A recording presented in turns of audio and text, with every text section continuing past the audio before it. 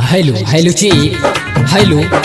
ए sound वाला भाई तनी सा साउंड खोल दे यार, काहे से कि प्रॉब्लम होता बोले में। और एक बार फिर से रौरा लोग के बीच में जोरदार भोजपुरी धमाका सॉन्ग आ रहल बा। और जितना भी हमार बाराती भाई बनी उस जगह के अपना दबा के बैठी और प्रोग्राम के आनंद ली।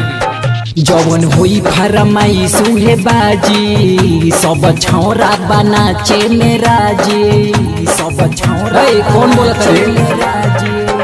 जवन हुई फरमाइश उहे बाजी, सब छौरा बनाचे मेरा जी। केहू बोली लबर लबर तबे चल जाई गोली, सभे नाचो तावे दारू के दम से। मार हुई बाराती में जम के रात में, मार हुई बाराती में जम के, मार हुई बाराती में जम के रात में, मार हुई बाराती